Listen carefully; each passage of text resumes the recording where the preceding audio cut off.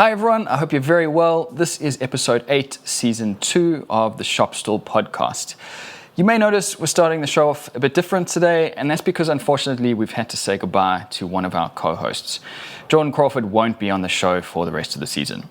Unfortunately, we've had to go our separate ways. On perfectly good terms though, we just aren't able to continue on our current schedule. So from Joey and I, mate, we wish you all the best.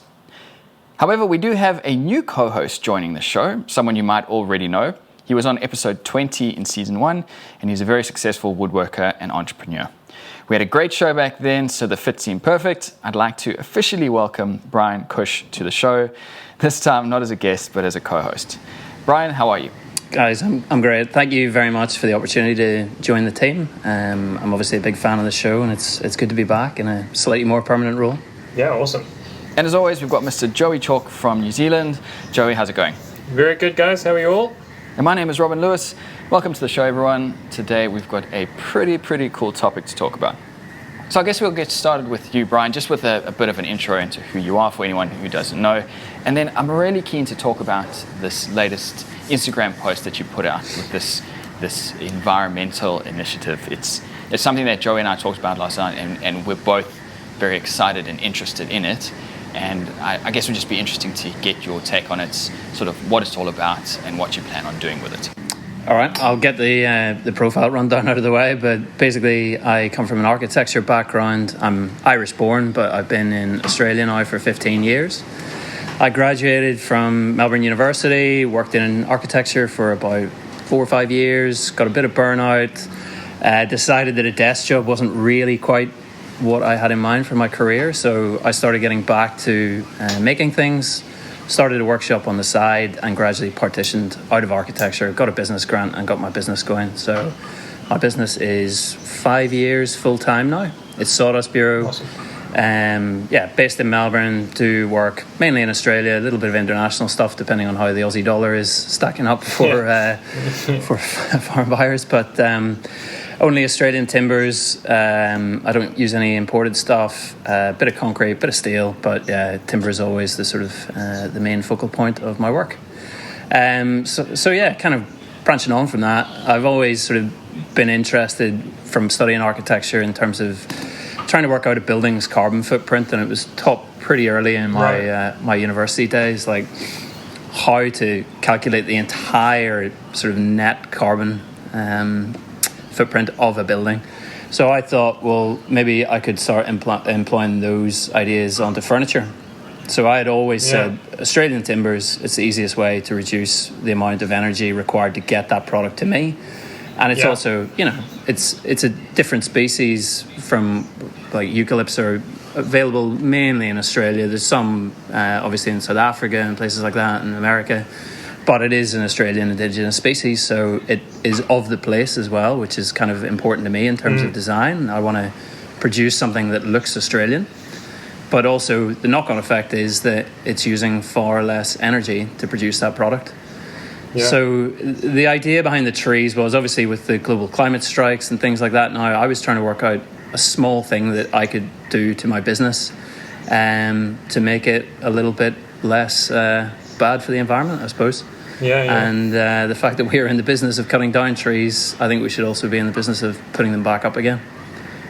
Yeah, I think it's something I've been thinking about for probably 3 or 4 years, and something I've acknowledged to myself and pushed it back to the back of my brain because it's almost been, I didn't really have an answer, and I still don't really have an answer for where I stand, and that I know that I'm causing some of that problem because I'm using almost entirely imported species. And there is a problem here where I am in New Zealand. I can't get good furniture quality natives. It's just, I was just on the phone today trying to find some veneered plywood in Cowrie, and just, it doesn't exist. There's no one has it. And so, yes, I can use a bunch of different softwoods. We're really good at growing pine over here, but it's no furniture grade material. So for me, at the moment, I'm stuck with imported stuff, whether it comes from Australia or America. Doesn't really make too big a difference, I don't think. So I've always had it in the back of my mind that what can I be doing to do I stick with that imports, and then what do I do to offset that? And the idea had never actually crossed my mind that I should be planting trees, or that was the obvious that's the obvious solution.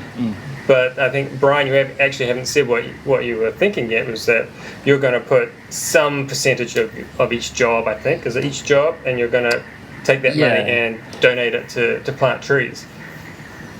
Yeah, the figure that I've always had in my head was kind of 1%. You know, if you're trying to get people to really jump on board, we basically work for, not that far above minimum wage, the guys that are doing it full time. So the idea of donating, 20 or 30% of a job it's not going to fly. But 1% is such a small figure.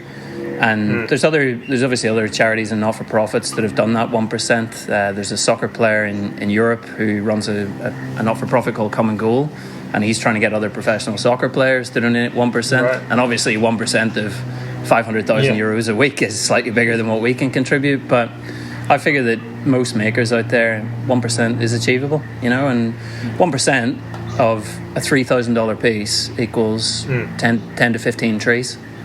Yeah. And you've only used probably a third of a tree, maybe, by the time you take into account dressing, to create a rather large piece of furniture. So, I just think it's an achievable thing. I've had a pretty good response, and a response globally as well. A lot of Americans, Canadians.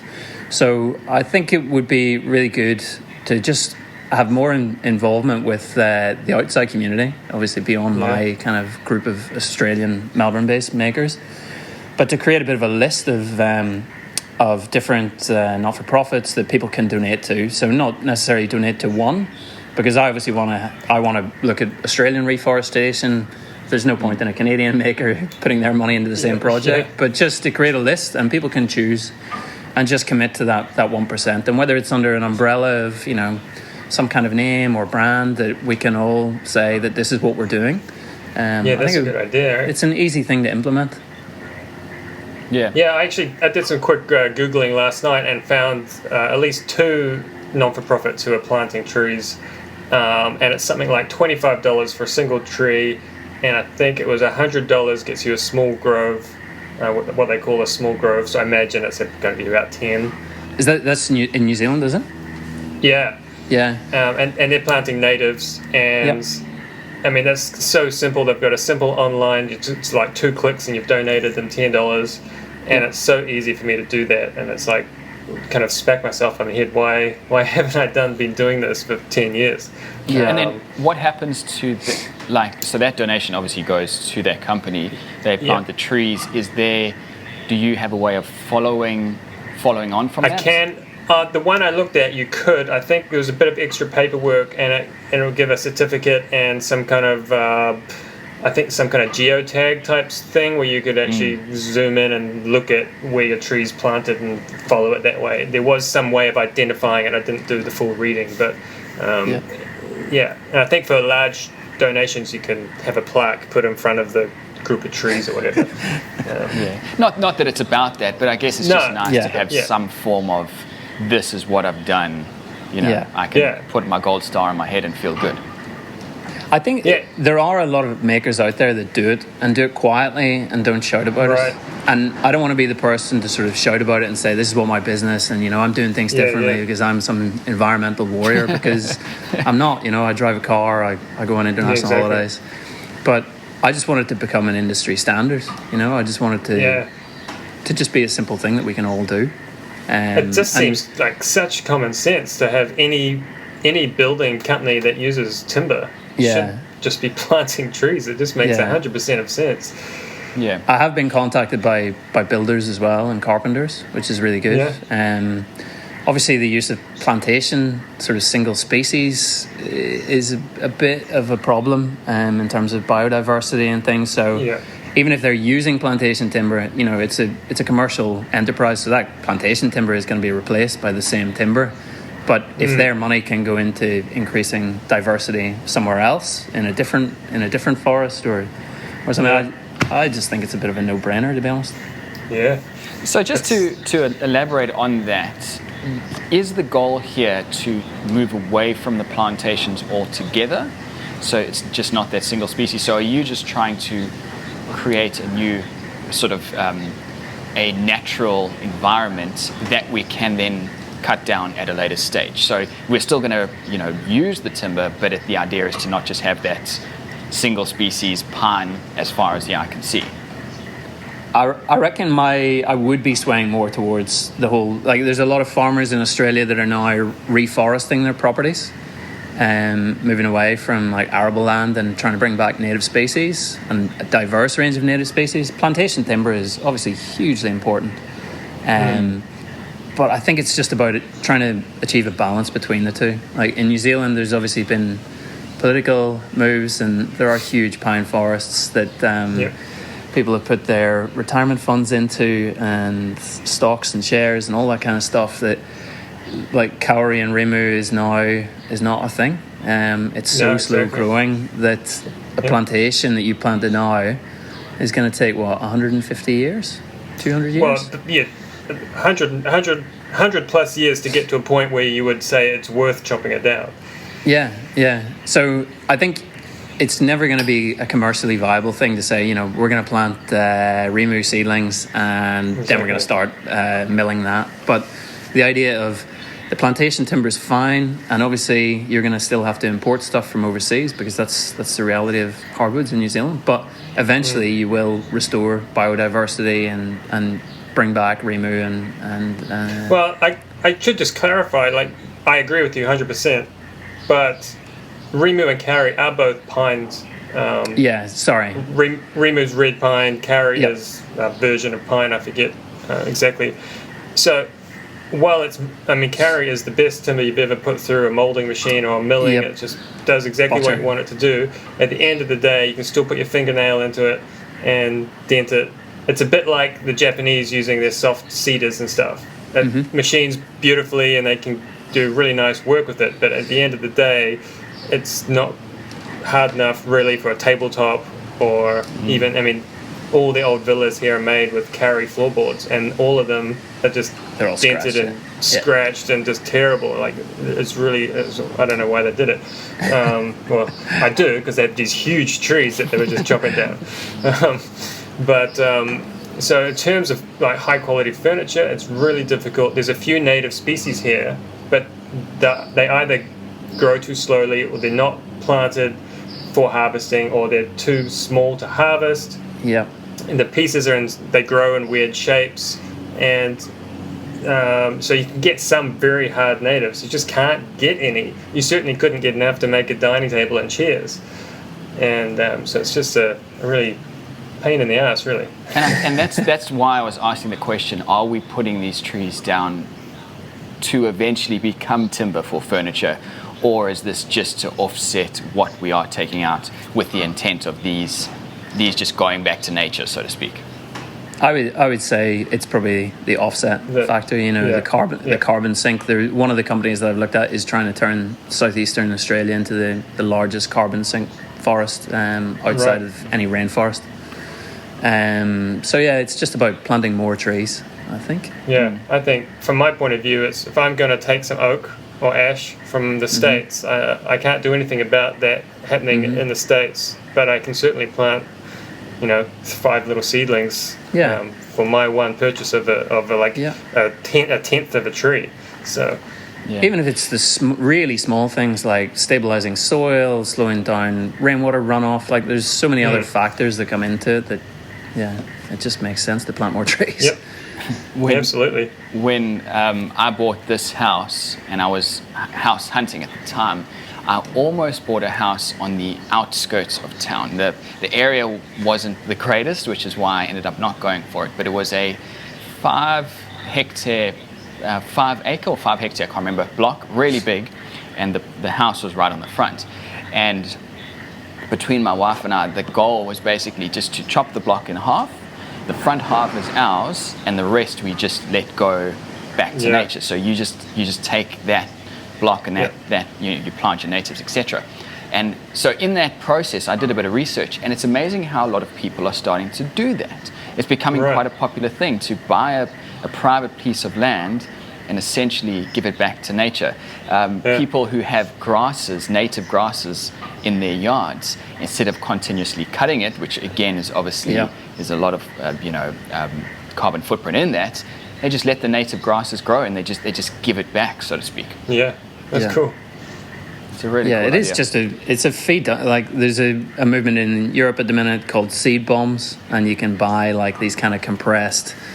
It's a variety of wildflowers that are native to whichever region you're in, and just go and chuck them on council roundabouts and nature strips and things, and just try to increase that whole diversity, bring the bees back, and by not planting the same types of trees over and over again, you're not dealing with that canopy cover.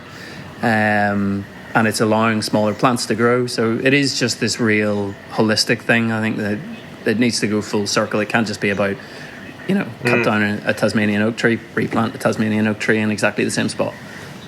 Yeah.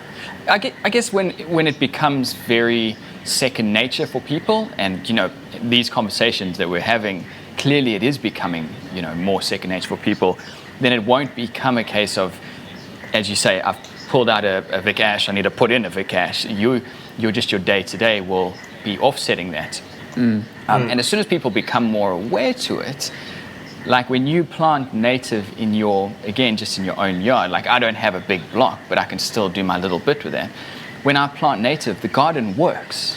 It just works because it's supposed to be there. So it's not requires so much less water, less fertilizer. Exactly. Yeah, right. And you think, well, why wasn't I doing this in the first place? Because this is low maintenance. So people are becoming more cottoned onto that. So it costs less, it works better, and then so people are just going to run with it. Yeah, that's awesome. Right. So moving forward, Bryan, then what's the next step then in this? Is there anything planned for this? Because I know you were talking about getting an initiative or getting a group of makers together. Is there a next step, or are you still making this up as you go? It's kind of like, it's literally just something that came to me probably 2 or 3 days ago, and I just started Googling tree planting schemes. I think it'll probably develop. Like I will try to generate a web page, whether that's on my own website or on another site, of just it's like a resource guide nearly, ways for makers to manage their carbon footprint and different not-for-profits in their region that they can go to. But yeah, I think it would be really good to have it under one sort of umbrella that we can say we're all part of it. So do you have a list of those organizations already? I've started drafting one today, yeah. Because I wouldn't mind putting some in the notes of this episode, just some links that people can go to. If they're listening to this and they're interested, we'll have some links in the show notes. Yep. I will shoot them through to you. I thought it'd be interesting to note, at least, not quite part of the same conversation, but in my Googlings last night, I found that New Zealand government, you never hear about these things, obviously, but our government at some point in the past had said they've got this initiative which they're planning to plant 1 billion trees by 2028, and they've got people trying to have people full-time walking hills planting trees, and they want to pay people $400 a day to walk and plant trees, and at the moment they just can't get people to do the job, which is outrageous.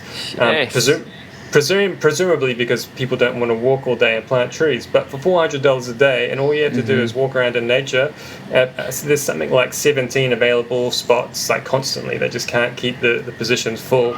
And obviously if people aren't going and doing this job, then they're not going to hit that 1 billion tree mark that they're after. But I mean, I just think it's outrageous that they're putting the money into it, and there's just people just don't want to do it. So, that is pretty crazy. I know in Australia the visa scheme here for travellers, I think it's under 30, is that you get a 12-month tourist visa, and you do 3 months of regional work, and you get an additional, I think it was either 3 or 6 months. So I don't know whether that covers things like tree planting or whether it only covers work on like commercial farms and things like that. But it would be an interesting thing to work out, because there is such a volume of backpackers coming through here. Yeah, that seems to me to be a far better scheme than getting them to work for let's call it minimum wage, but it's usually slightly below it, picking apricots or apples or strawberries. That's right, fruit pickers, Yeah. That's what this tree planting is aimed at, tourists coming in, and it just can't seem to get people to stick to it, so. That is mad. It sounds brilliant, walking around rural New Zealand planting trees. Yeah. Get fit, offset your carbon footprint. Well, sounds like a perfect scenario. And $400 a day is certainly not something to scoff at. That's a good wage. I think most furniture makers aren't making $400 a day. So hell no. No.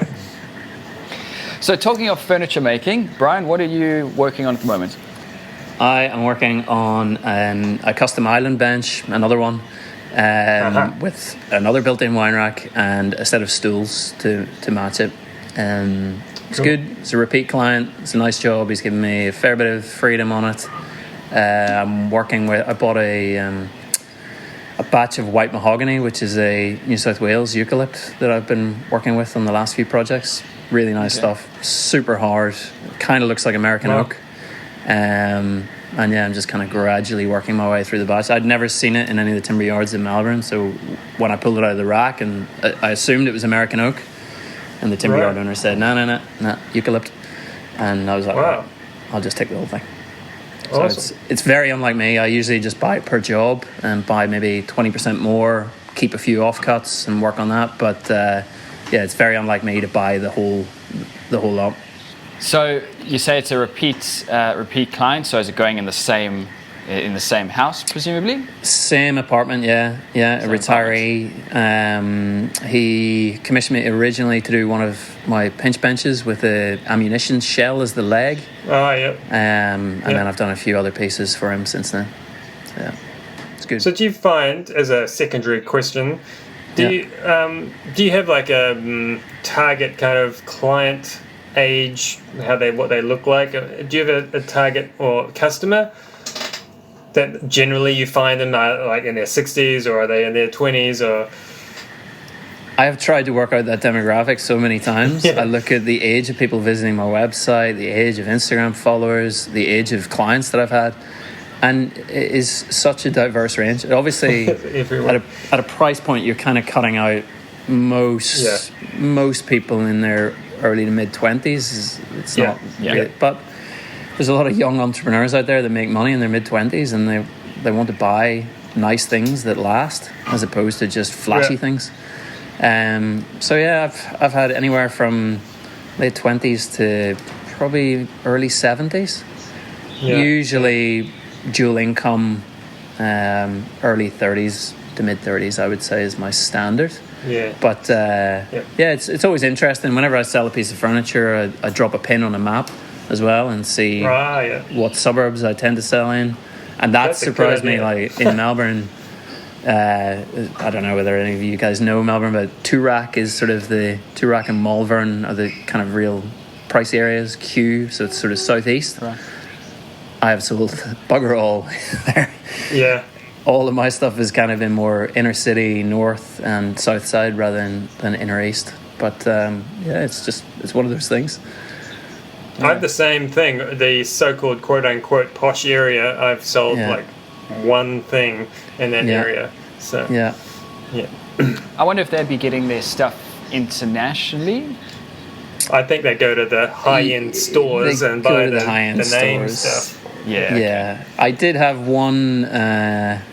My ex-soccer coach, who is a very well-off man, and he was due to commission me to do a dining table, which was going to be one of I think it was probably the second or third piece I'd ever made.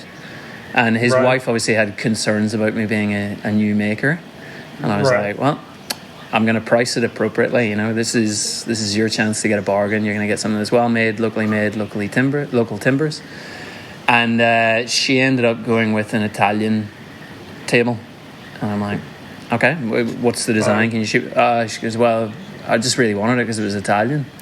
And I'm like, okay, and it was a really good lesson. Those are the attitudes you're up against from the start, and they will never be your customer.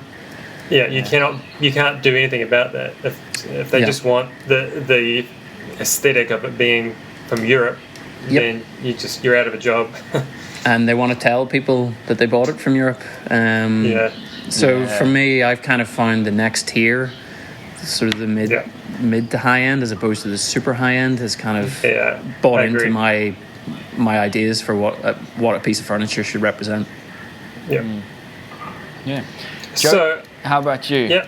Oh, what am I working on? Yeah. I don't know. Kitchens. More kitchens. Man, I'm over it. I just finished a video. I published a video for Once in a Blue Moon, which was this cool little ash extension table thing with steel legs. If I was if I had any skills on metalworking, I would have tried the legs myself, but that's not what I'm good at. I just do the design, get someone who knows what they're doing to do it, and I know it will be right. How was the video received? At the moment, it's performing like the worst video I've ever put out. That intro. So for those of you who haven't watched the video, the beginning where you talk through the design process, I found amazing, brilliant. Like as someone who's interested in woodwork and who uses SketchUp, I really enjoyed that. But I did wonder how many of the people who are watching you just to watch the build process and watch, how many people you're going to lose along that way. Yeah, I mean, I haven't actually looked at the actual statistics. I just, on the little YouTube app, it just kind of says ranking like out of 10, how well is this video doing to two of your other videos, and it's like 9. So it's pretty terrible, but I don't really care at this point. It's just putting the videos out. So Oh, interesting. Yeah, I did. Sorry, go on. Sorry, I did just get finally got an editor for my videos. Oh, so, cool. I have yet to see anything come back from him yet. Just a young guy, so I'm not entirely sure of his skill set. I just gave him some footage and said, edit, and let's see what happens. So hopefully it works out. A local guy? Yeah. And is he going to get involved with the filming, or are you just... No, the plan is just to give him all my raw footage. He's going to cut it down into something like a rough cut, and then from that point, what I usually do is put my intro on, voiceover, and then as I voice over, I just trim everything out and tighten it up based on voiceover if I need to do that. So something he can't do that. So it should save me like kind of 3 hours on every video, I hope. Yeah, so he'll send you the actual project, the full project back to you. Yeah. Okay. He's actually just what I've decided to do is just share a laptop, so that way everything just stays. So he just signs the laptop out from me, takes it away, edits, brings the laptop back, and then I can carry on.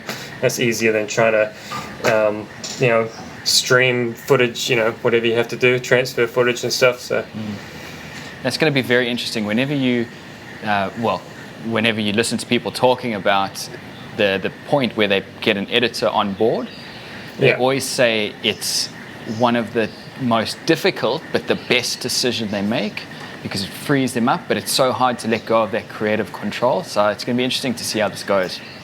Yeah, I'm sure there'll be a difference in look and feel, but I'm just wanting to save time because I have not got enough hours in the day. So I'm just so snowed under with work coming in. It is insane.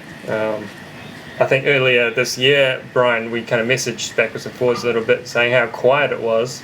Yep. And about 3 weeks after that, I mean, it just boomed and it hasn't stopped. And I don't know if it's changed for you at all that way, but it's picked up here as well. Like usually winter to spring is pretty good, like coming up end of financial year and then moving into spring. Right.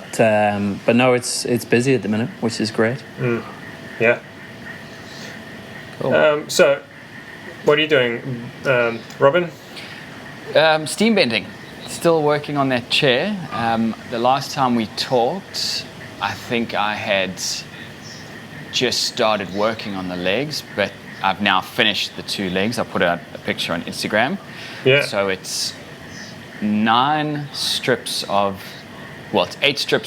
Vic ash with a strip of Moreton Bay ash in the middle as just a dark contrast. So that's the thickness of the 2 legs. unbelievably strong once you've laminated them all together. Yeah. Unbelievably. So got those off the form. They're all pretty good to go. Cut the feet to size so they're sitting nicely. The next thing is going to be doing all the bends for the back, the slats, the support where you actually sit. So I've hit a bit of a roadblock, and I actually wanted to ask your guys' opinion on this.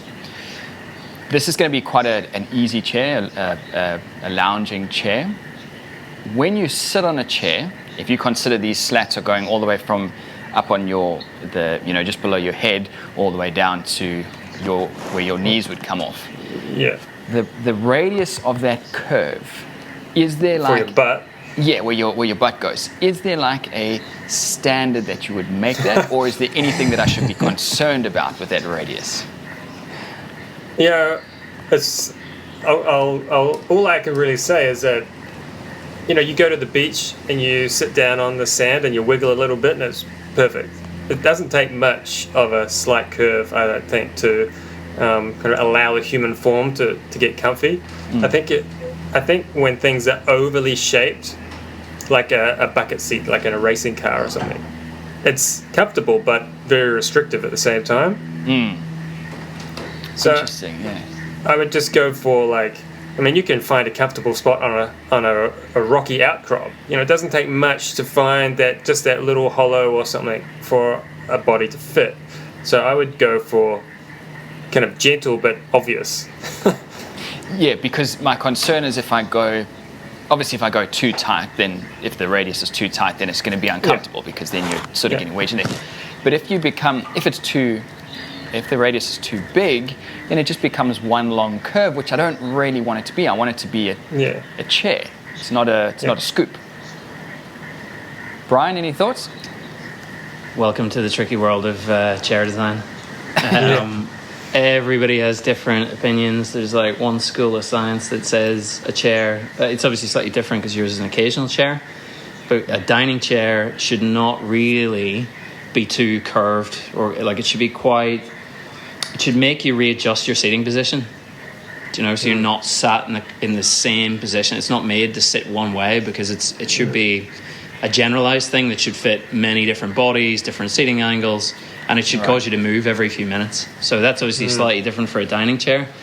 But an occasional chair, you sort of want something to sink into. Is it going to be upholstered? You're going to have cushions in it? It's just timber. Yeah. Fun. Well, I don't know. Are you making it for you? Yeah, it's just for me upstairs. Yeah. So look, if I get it wrong, lesson learned, not the end of the world. But it's just having never done a chair like this, I don't know what's going to work. And it's funny, when you said that, Joe, about sitting in the sand, I suddenly thought, well, there's a good idea. Let me go down to the beach, sit in the sand and form it up.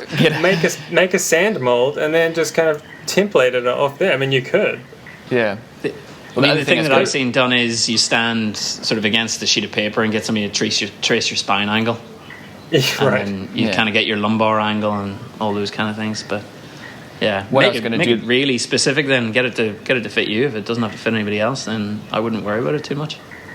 But the thing is, when you say get it to fit me, it's one thing to say, to sort of look at myself and go, my butts are about a 200 mil radius, whatever it is. But when you're actually sitting in it, it's a different kettle of fish. So what I thought another way to do it, and this is what I was probably going to do this afternoon, is just go out to a furniture store and see if I can find something similar to get an idea.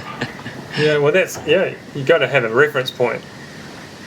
Yeah. So cool. So in other words, there's no standard. I've just got to work out whatever works. There is science. I found this amazing website that they just go into like all the science of the human body and ergonomics and all of that. So there's some amazing resources out there, but it's that particular curve. I just haven't been able to find anything. I think it's maybe less about the curve and more about the angles, and the curve is like a vector between the angles.